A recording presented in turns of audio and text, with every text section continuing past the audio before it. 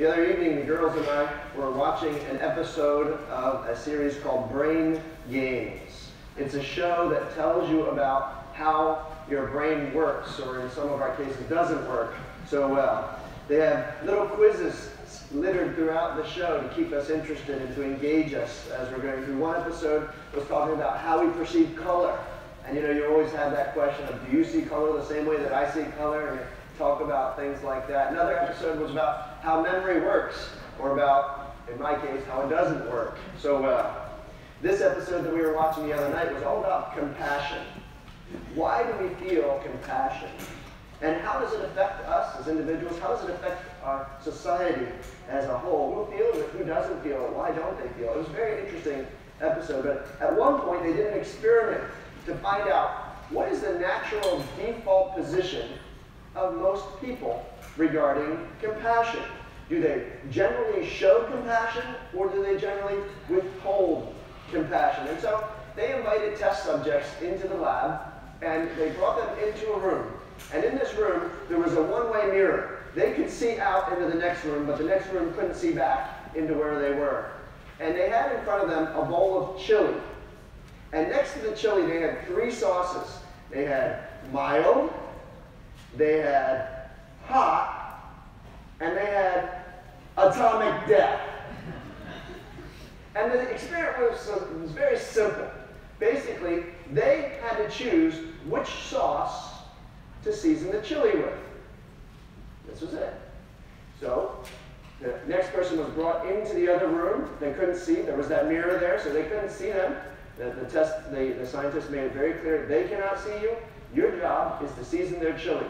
Now, you have to realize that if they eat the whole bowl of chili, they get a prize. They receive a prize. And so the question is, what sauce are you going to put in their chili, and how much of it? What would you do? Well, the first person thought about it. They saw the person sitting on the other side of the one-way mirror. They thought, that person will get a prize if they eat this whole bowl of chili. I could stop them. I could make it very painful for them if they do. And they chose mild.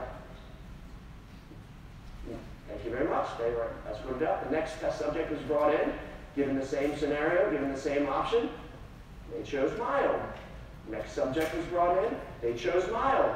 100% of the people that came in chose mild. The default position of most people is to show compassion to the other people. Then they brought in phase 2 of the test. It was exactly identical except for one thing. As the test subjects were being brought into the room, they were walking down the hall, and there was a guy, and he was walking down the hall, something like this. And he bumped into them. He's like, hey, watch it. Something like that. Like, you know, 2 lanes here. You got eyes, buddy? Things like that. He bumped into him, and he said something rude.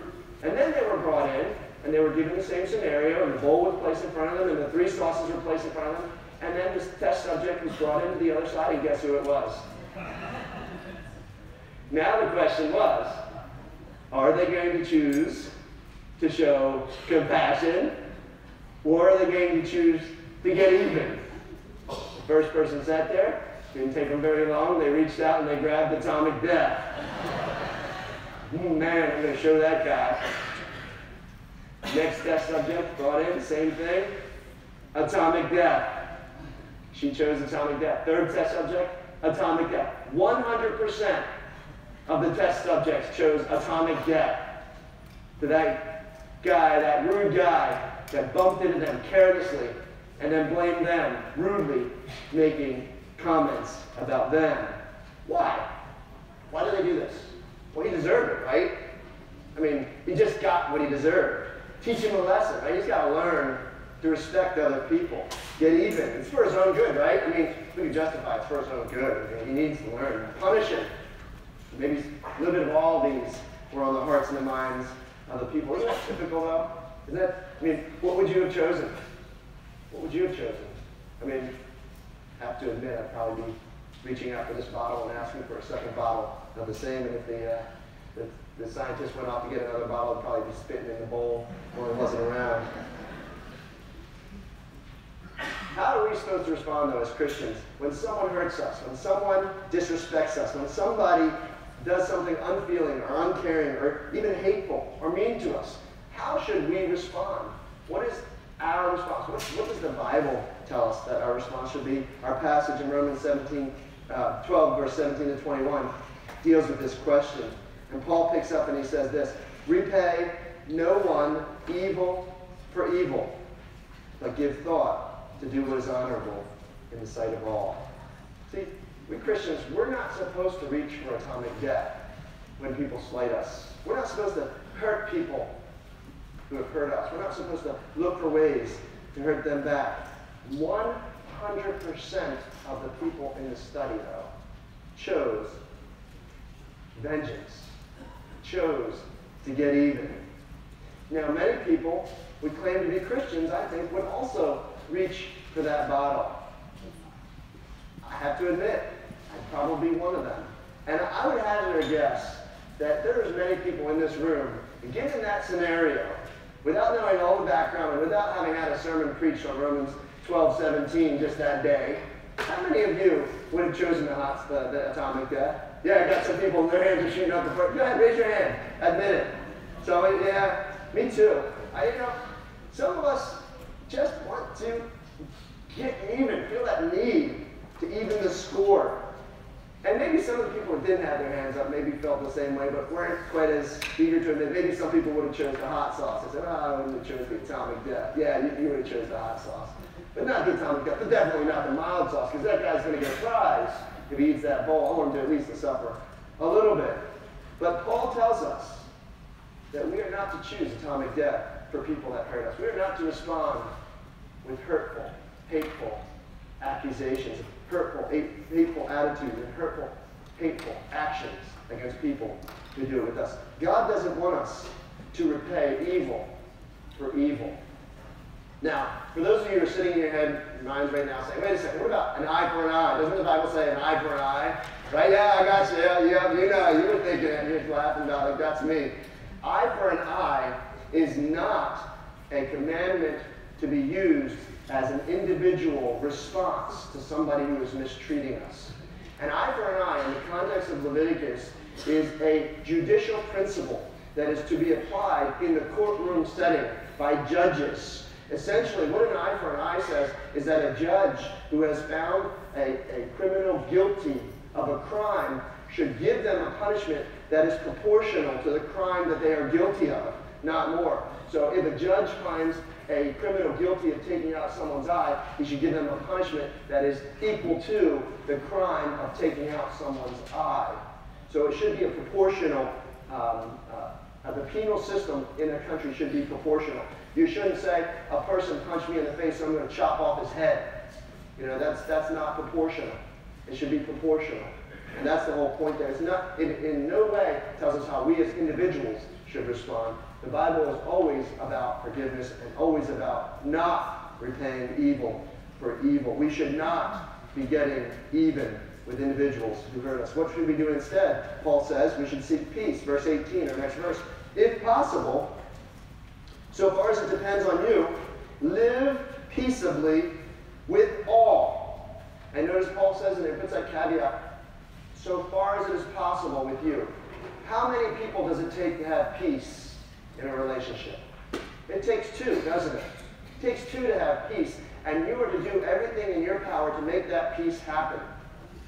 It takes one person to attack, and it takes one person to retaliate.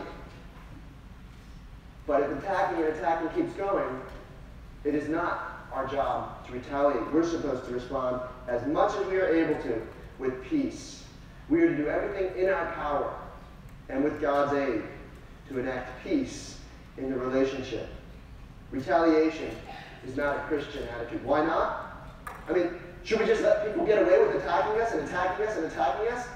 Shouldn't we make sure that they get what they deserve? Isn't that what we should do? No. The Bible says that's not our job. There is a person whose job it is, by the way. The Bible says that too. It's God's job.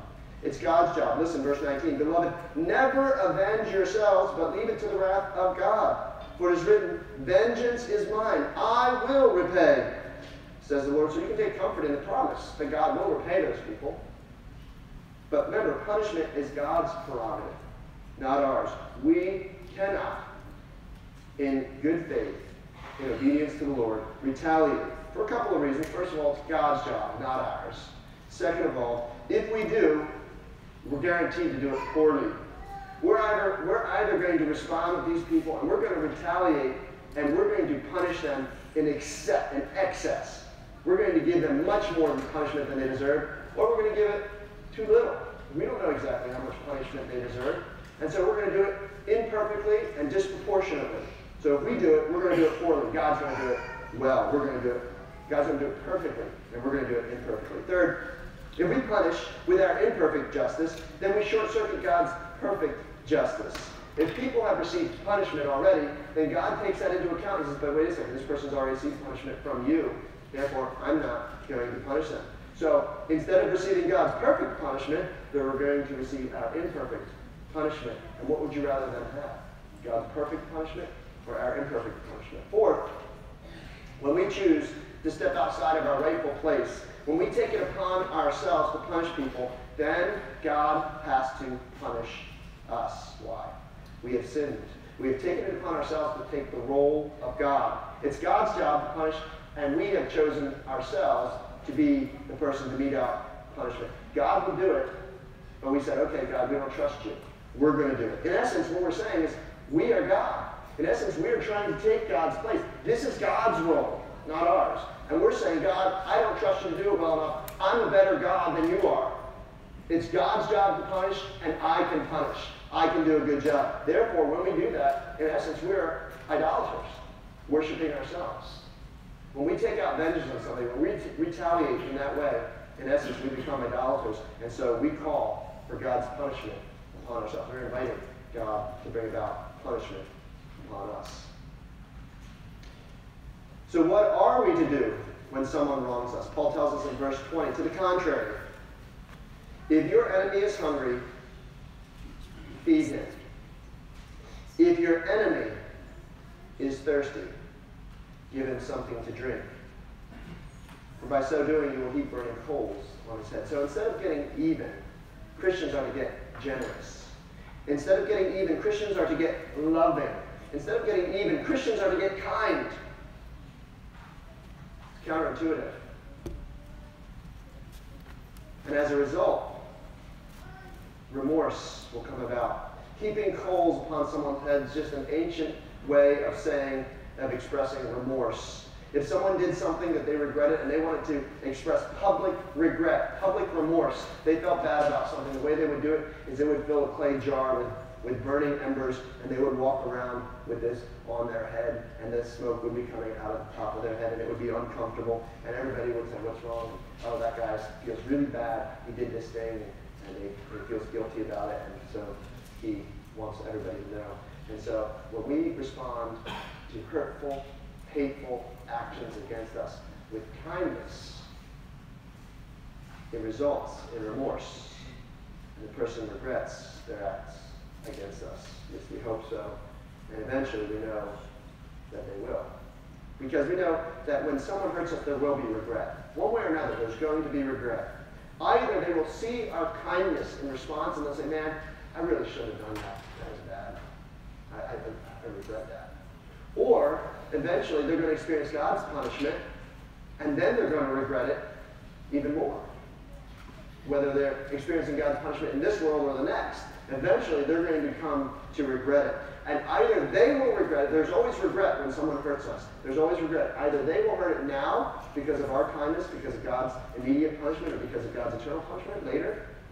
Or we will face regret because we've taken it upon ourselves to punish them and make sure they get what they deserve. And so we've taken it upon ourselves to usurp God's power, to take God's place and become idolaters by worshiping ourselves and declaring ourselves the authority of punishment. And our regret will be the regret that comes about when somebody hurts us. There's another thing that happens when we respond to evil with evil. We open a door in our hearts. Our heart's door opens just a crack to let evil in if it's a little bit. And ultimately, after evil enters into our hearts, if left unchecked, takes root, takes seed, takes hold, and ultimately will take over. And that's what Paul means when he concludes in verse 21. Do not be overcome by evil, but overcome evil with good. What's he saying? Don't even let a little bit of evil into your lives, because it could take root, take hold, and take over. But how is it that Paul concludes here that goodness overcomes evil? He says, overcome evil with good. How do you do that? Well, do you remember the study that I was talking about in the brain games at the beginning of the sermon? Well, there's a third part to that study. After the first group, and after it showed compassion, after the second group showed vengeance, they did a third part to this study. And what they did was they had the exact same situation. The careless guy was walking down the hall and he bumped into him. He was talking to his cell phone, had this rude comment. And then they were ushered into the room by the scientist and given the same instruction. And the guy was brought in again, and they were given that same option. But one thing was different. There was one difference. When the scientist brought them into the room, he spoke very kindly to them. He said, "Oh, I'm glad you're here. Can I pour you a glass of water?" "Oh, sure, give me a glass of water." He paid them some sort of a compliment. "Oh, you have such a bright smile. It's like your whole demeanor lights up." Just a word of kindness, an act of kindness.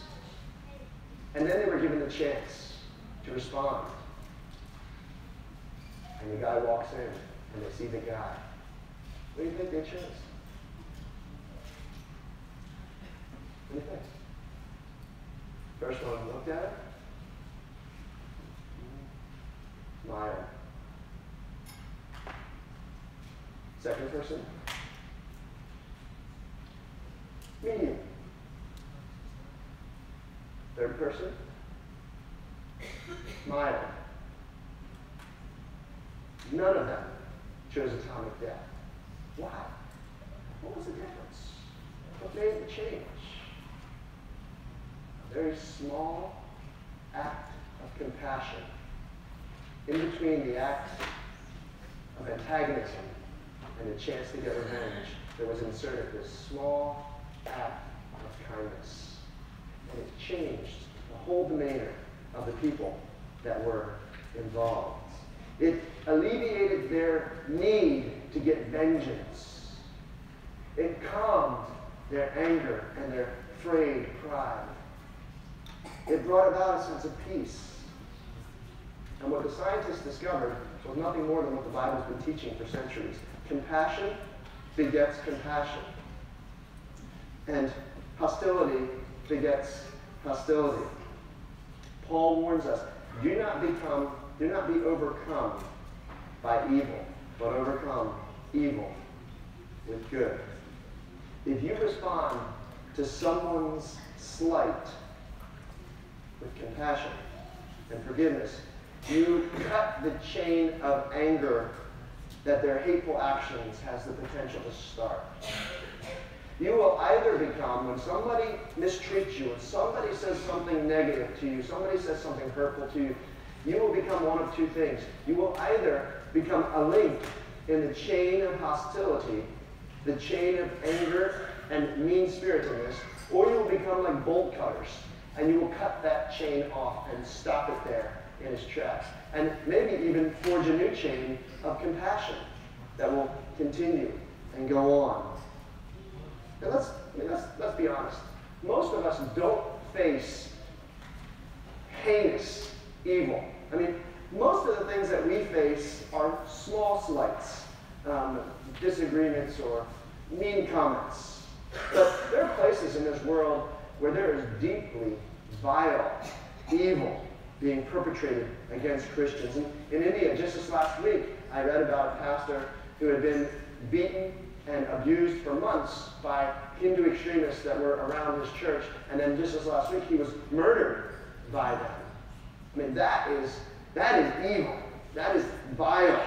That is terrible evil. But the evil that is perpetrated against us tends to be minuscule. I'm not going to say that you don't ever have any big evil against you, but it tends to be small things. Slights at work. Somebody said something mean to your friend.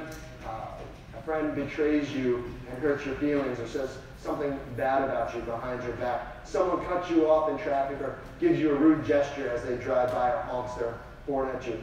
Maybe somebody cuts in line ahead of you at the grocery store or jumps just ahead of you in line at the amusement park. Or maybe at work somebody gets the last Caesar salad and darn, you were really looking forward to that Caesar salad. Maybe somebody forgot your birthday or somebody overlooks you as they recognize someone else.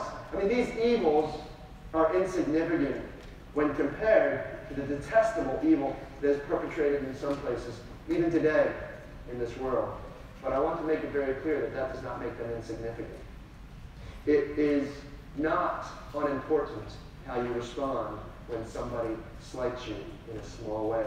The Bible says that God looks at our actions in small things to gauge how we will respond in large things. If we are faithful in the small things, he says, I can trust you to be faithful in the big things. So if somebody mistreats you in a small way and you respond with compassion, God is expecting that when somebody mistreats you in a big way, then you will also be responding with compassion. And that's how we do it. I mean, that's how we train ourselves. How else could we respond in a big way? If something big and terrible happened to us, how could we even hope to respond with compassion and humility and kindness if we haven't trained ourselves over the years to respond with each of these little circumstances when they take place, the little things that happen in our lives when they happen against us, if we aren't consistently training ourselves to respond with compassion? What would we expect? We expect nothing less than to respond in the same way when a big thing happens in our lives. I mean, after all, Paul says, if you crack the door open for evil, evil comes in and take root in your life. If you crack the door open even a little bit, it lets it in a little bit, and it takes place, takes hold into your heart. It gets in there very quickly and remains, takes up root, grows like weeds in an untended garden, and eventually will take over. We've got to constantly in our lives be weeding out this natural inclination to get even, this natural inclination to seek vengeance, this natural fallen inclination to respond to evil with evil. When someone hurts us, no matter how small, no matter how slight, no matter how insignificant the situation might be, and also no matter how great the situation, how evil and heinous the situation might be. We've got to train ourselves today to respond with compassion, so that when that time comes, we will respond also with compassion. Do you remember in 2006 when the shooting took place, the Amish shooting at nickel mines, and it occurred? It rocked the world, did it not? I mean, all around the world people heard about this. Books were written, movies were produced. How in the world could the parents of these slain children have, on the very day that their children were murdered, get up out of their homes, drive the miles to the house of the family, the wife and the children, so that they could express their forgiveness toward the murderer and grace towards the wife and the mother on the very same day? They must have been training themselves in small things to respond to evil with grace, to respond to hatred with love, to respond to violence with kindness. I hope and pray that none of us here today ever have to deal with anything like that, any wicked or vile evil in our lives like that, to that degree or anywhere near that.